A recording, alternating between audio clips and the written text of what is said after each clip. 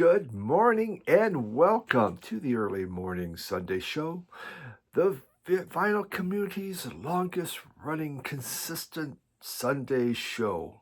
Whether you like it or not, damn it, I've been there. I haven't missed ah, since 2017, I believe. So, all right, what's yours to me then? Don't no extra montage this morning. I really don't have anything. Just been working, so I don't have time to go walking, hiking, as soon as I'm done with work. Well, work's going on long. Get home, move some of this, then get in at night and make dinner and uh, fall asleep. There we have it. That's my life. I try to listen to maybe a record or two records a night, which can get difficult, but you keep trying. But I have in the morning still, when you get up at 4, from 4 to 5, from 4 a.m. to 5 a.m., I read. It's after 5 a.m., then I'm getting ready to go to work, and eventually I'll be going to work even earlier, but right now, actually at the end of this week, I start training Thursday, Friday, bring in my group, my newbies, and start training them in shop. But I did finish this book over a month ago. I've tried to show it, and every time I cut it because my video goes too long. Loaded, The Life and Afterlife of the Velvet Underground by Dylan Jones. Got this for Christmas, and it's not a bad Velvet Underground book. If you're newer or never read anything from them, I would not recommend this one necessarily. This is a lot of interviews, some interviews taken from past interviews or ones personally done by Jones for this book, and just looks at the life of all the characters before and after the Velvet Underground. Andy Warhol, Lou Reed obviously are predominant in here. Nico has quite a bit of information about her, though she's only on one album. Some for John Cale, and just a teeny bit of Maureen Tucker and Sterling Morris. And Doug Ewell, well, maybe there's a couple sentences. It really didn't talk about him too much, but he was the Velvet Underground. So, that's the way it is. Not bad. I get it. It's a good book. I enjoyed the read. It's a lot of other people's opinion. It's not a definitive book on the Velvet Underground. Just wanted to fill in some blanks or get some other people's opinion. Okay, so now that brings us to what we call records. Records are those black round things that we like to show within the vinyl community because, I don't know, basically it's an obsession and we don't know what else. Though a lot of guys have comics also. I have books, I don't have comics. So let's begin. Brand new. You always begin with a brand new album from 2026, shall we say, if you have one. And this time we have the brand new one from Tinariwen, Hoggar. Nice artwork there, kind of cartoon. Kind of has that gorillas kind of look, doesn't it? Back. Tinariwen, Desert Blues. High sticker alert, I think. Yeah, that's sucky. Huh. Yeah, there's a little one in there. And here the guys are out there in the desert. Guys and gals on this one. We have both as far as the inner sleeve. Nice pictures. Cool pickup. Lyrics that are, well, there is some stuff in English on here. Yeah. Doesn't sound that way. Actually, it's all translated. Well, that one has a different language. Don't get it. Okay. And the spinal is white. So Tinariwen, they are, again, it's Desert Blues out of Algeria and Mali. They formed in 1979, and this is their 10th album. Now, Tinariwen it's a collective of musicians. They, you don't always get the same ones. There's a few of the main ones that will always play on the album, but otherwise, it's just this circle of musicians.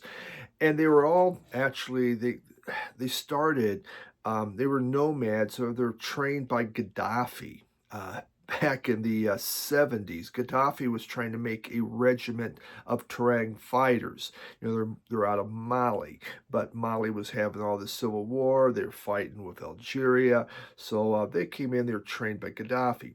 Well, during this, so they're all together there in Libya trading, getting ready to go fight, which they would fight. He called the regiment the Shalom fighters. They found that a lot of them were musicians, and so they would get together and they would play, and that's when they formed this collective and even formed a studio. Well, the rebel uprising was finally finished around in 1990. So they were allowed to go back to Mali. There was a peace agreement at that time. And since then, they moved back. They have made 10 studio albums. Now, sadly, this is recorded in Algeria because there is, once again, civil war in Mali. Well, now these guys are a little old. They're not picking up their guns, going out, starting to fight again. So Hoggar, which is a mountain range in Algeria, southern Algeria is what is the name of it. And Tinariwen itself means desert. Okay. This is hypnotic desert blues. Desert blues always has this hypnotic type of a feel with this repetition happening with the instrumentation, drums, guitars. It has a very, very warm acoustic vibe to it. It's sharply political. Because, they got a lot going on right now there. So that's the vibe you have. A lot of the songs are chant, also call and response type of music. There's a variety of guest vocalists, probably the most guest vocalists I've ever heard on one of their albums. It's a couple different ones. They have a lady and another. I don't know who really they are, but they're in there and they add a little bit more to the mix. There's a lot of great guitar playing, but if you know Tinariwen, this is a quieter album. Some of their albums are a little harder edged. I feel a little more hypnotic. This is a good Tinariwen album. It wouldn't be the best. I think a couple of their other ones, especially in the late aughts, early teens, are stronger than this. But it's still Tinariwen. It's desert blues. The singing, there's even a female vocalist taking over lead vocals on one. Sometimes that the voice can be a little grating to me, but overall the guitars are always beautiful. Always beautiful. The hypnotic rhythm. So Tinariwen, Hoggar.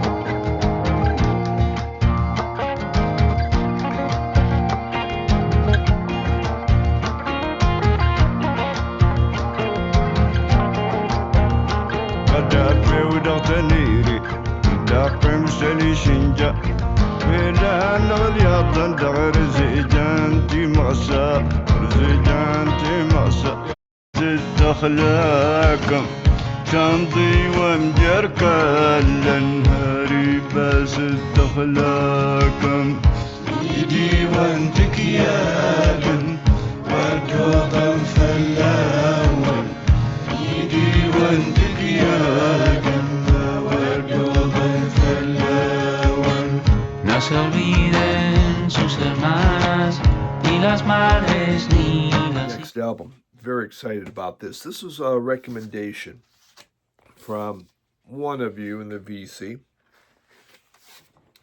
And the group is called Still Corners. Still Corners is based out of London and formed in 2007. There's the back. This particular album came out in 2018. Black vinyl. Nothing super exciting about that. So Still Corners, it's a dream pop duo of Greg Hughes, who's from Texas, and Tessa Murray, who's from England. Greg Hughes wound up going to London. He wanted to be a musician. He thought, hey, here's where I need to go. So he moved to London. At a train stop, he met Tessa Murray. Does that sound like the Rolling Stones, how Keith and Mick went? I don't think he had a blues album, but however, that's where they met. And they have put out 6 albums since then. I was unfamiliar with this, but someone in the VC showed this. Now I can't remember, as usual. And they said there was, it had a Pink Floyd vibe to it. I will say the very first song, In the Middle of the Night, definitely has a Pink Floyd vibe. Think back toward Echoes, a little earlier than that. Very neat, cool vibe. But after that, not so much. Again, this album came out in 2018. It's just dreamy guitar pop.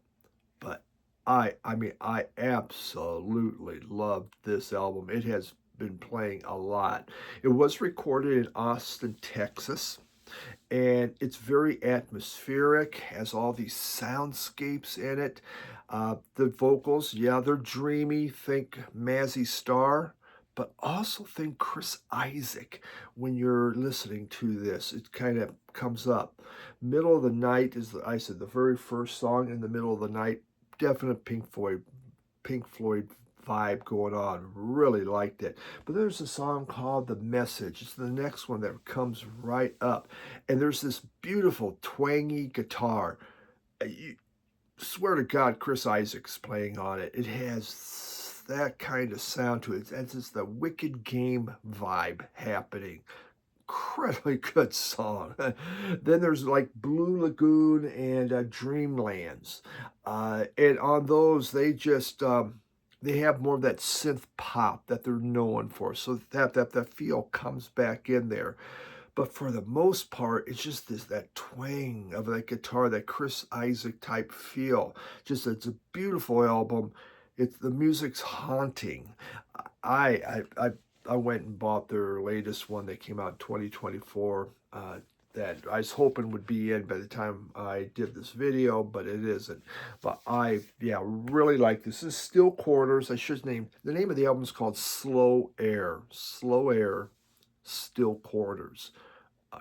Just a group that I've kind of really fallen for, and this is what makes things exciting to me with music. When there is a new group that comes up, something like this, it has that music that just immediately appeals to you. Um, that's why I collect music, and that's why you watch the VC. You'll learn about this kind of stuff, and you go, "Wow, okay, I'll try that." That's part of the excitement.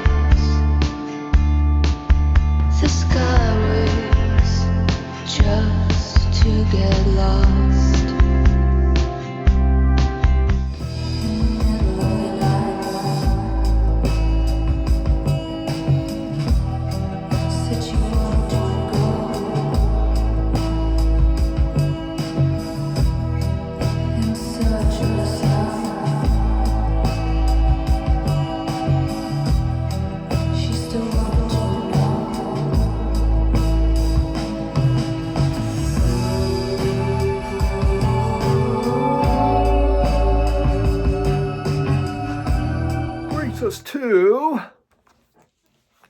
the blues, Muddy Waters, folk blues. This is the acoustic sound version. This came out in 1964. I am so impressed with these albums that are coming out, these blues albums that are being reissued and costing you a whole lot more money, but the sound and also the packaging is fantastic. Vinyl Richie, I believe, is going to charge me now. I think I heard that Vinyl Richie is taking the word fantastic and he now owns the rights to that word. And if you use it on your video, you will have to pay him money. If you monetize, he will take part of it. That's just what's going to happen.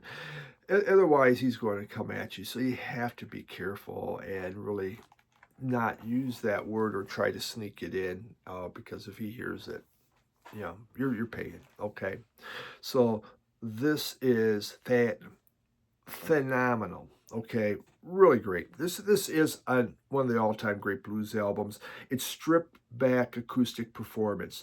So Muddy Waters, obviously Chicago blues. Let's think of the electric guitar, the drums, and that. This is more acoustic. Not more. It is acoustic. Buddy Guy and Willie Dixon also play on this with the acoustic, with acoustic instruments. This is unplugged before there was unplugged. There you go.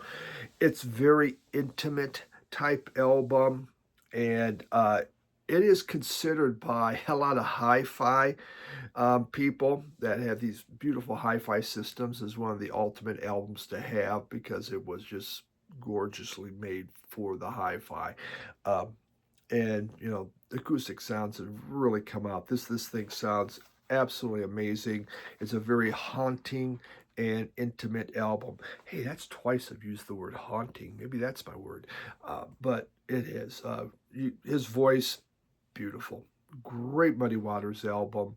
You're not going to have the hard Chicago blues that I do like, but you do get to hear what he sounds like and hear his guitar playing, along with Buddy Guy and Willie Dixon. Buddy Guy's out touring. He's coming to Denver, I believe, in October. So I got to see about getting tickets. Had tickets for him a few years ago, got sick, and so never got to see him.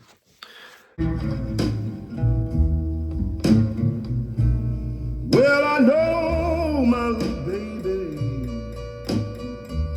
this girl don't know what a shape I'm in.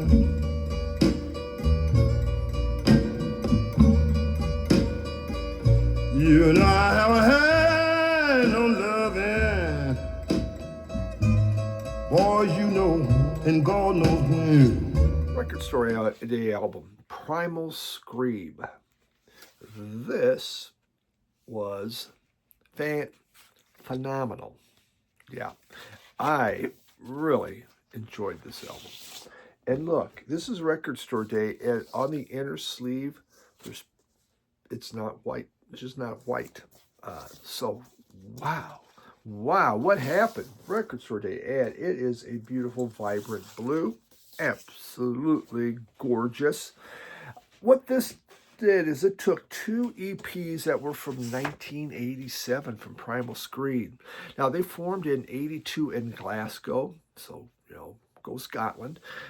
Bobby Gillespie is the main character of it, and he was drumming for Jesus Mary Chain also at time. And he had this group. Well, Jesus Mary Chain, they said, you got to make a decision. You're either with us or you're out. He decided to be out. He wanted to do his own thing, so he did. We think of, when we think Primal Scream, you think of Screamdelia, which is their absolute hit from the 90s, dance music. But they actually started as a jangle pop band, and they morphed into more garage and psych, and then into dance music. So on here you get the two EPs, Gentle Tuesday and Imperial, that both came out in 1987. It was their third and fourth EP. You hear the jangle pop. This is wonderful sounding. I'm really happy with this purchase. I had no idea Primal Scream had that sound earlier, and I'm just totally digging it. It's just really good stuff. It's excellent jangle pop music. It's fast, it's catchy, it's exciting. If that's what you like from the 80s, this is great. Maybe you already have the EP, so you don't need that. Well, they do put them both on, so now you have a full EP on one side, which makes it like an album, so you don't have to flip it over or turn it Actually, I think these are 45 RPM still. It seems like every time I put it on, yeah, I'm pretty sure it is 45 RPM. Is when I drop it. Yeah, I wish it would have been 33, but that's just my own little pickiness. Wonderful album from Primal Scream. If you like jangle pop, that kind of 80s sound, I think you would really enjoy that.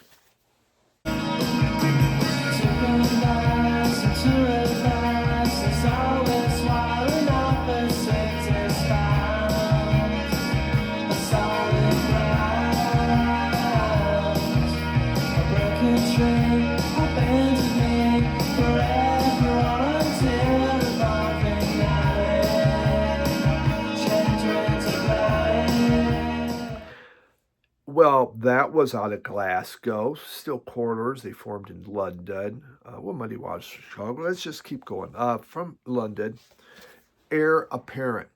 When Alex Beer and Vinyl came and visited, we were out record shopping. He saw this and he recommended, said, you should buy this.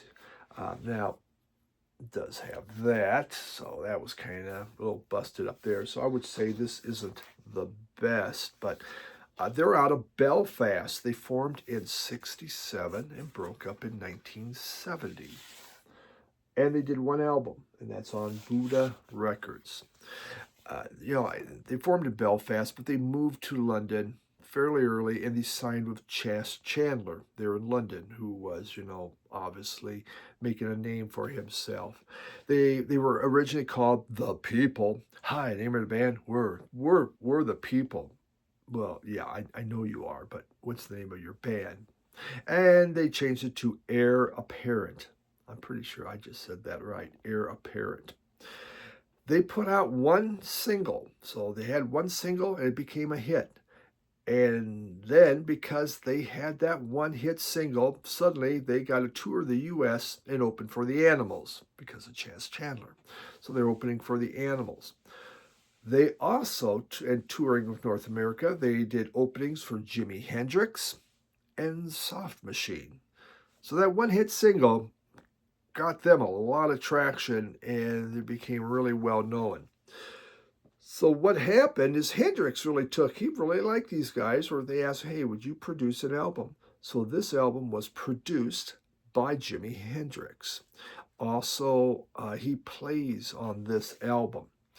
And I tell you, some of these, that guy just looks like Noel. Or right there's the bear. Doesn't that look like Noel Redding? You could just tell, I like Noel Redding. I'm going to dress like him. And I'm going to get that kind of hair and all that kind of stuff. I think that's what's happening. This is psych. Rock, psych, pop psych, I think. Probably pop psych might be best to call it. They also on here, they had help and encouragement. I like this. I like how they said it. Help and encouragement by Robert Wyatt, Noel Redding, and Gary Stickles. Wow, that was nice. They gave them that. They're in the studio go, hey guys, that's great. Hey guys, well done. Giving them that encouragement. Sometimes you need that. So they're produced by Jimi Hendrix. Very interesting. Name of the album, I should just tell you that, just out of curiosity, in case you want to know, it's called Sunrise. This came out in 1969. Again, kind of pop, psych, rock is the kind of music. Very tuneful melodies, very, kind of a blending of sunshine pop with acid rock. So maybe the Monkees on acid, I guess. I don't know. Or maybe the Monkees were on acid already. But that's kind of the feel I had for it. It's a consistent album with some very good Hendrix guitar happening on here. At times you just hear and go, wow. For instance, there's a song called The Clown. And on The Clown, it's almost like psych metal happening, and Hendrix guitar is all over it. There's one that has backward guitar going on. You can definitely feel there is a Hendrix influence to this. Well, this album was released on Buddha. These guys are from the UK. Buddha had almost zero kind of, shall we say, presence in the UK. didn't do them any favors. Here they're in the U.S., but more known in the U.K. So the album kind of just fizzled along with them. And heir apparent died, and the guy that had tried to look like Noel Redding, got a haircut. I think became a Hare Krishna or something like that. So the album, this is a very good album. It's not phenomenal, but still, it was very enjoyable. Good listen to. Alex bought this Cincinnati. His didn't have that on it, and he paid less. Go figure. But I bought a lot of albums in Cincinnati. When I used to travel there, it was cheaper. He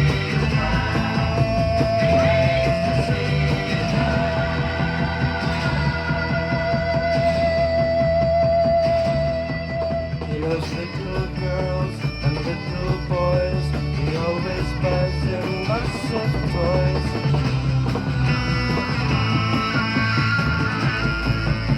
When he goes to bed, he starts to play. Right now is we have Loreena McKennitt, and Loreena McKennitt, born in '57, out of Canada. Go Canada, eh?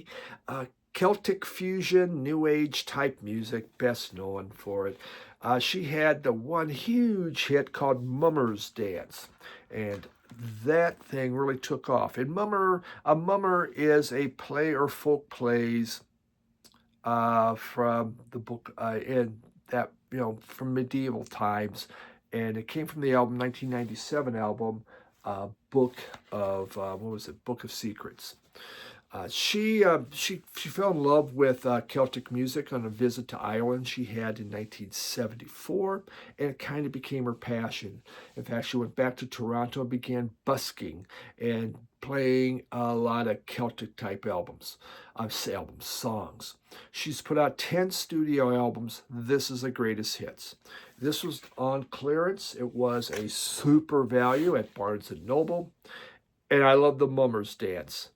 Otherwise, I'm not a huge fan of her. I used to have some of her CDs, but it wasn't like I needed to get them. But I saw that and I go, oh, that has Mummer's Dance on there.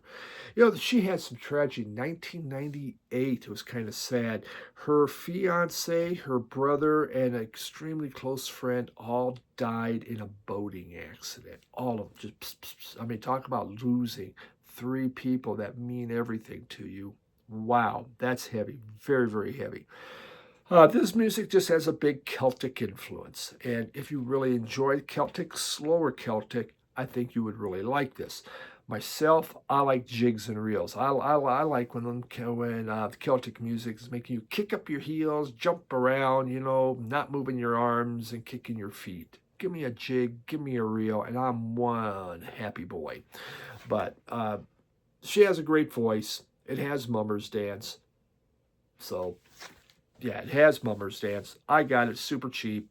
I'm super happy because of it. Because it has Mummer's Dance, which is phenomenal. Excellent album. But not an excellent album. Sorry, Mummer's Dances.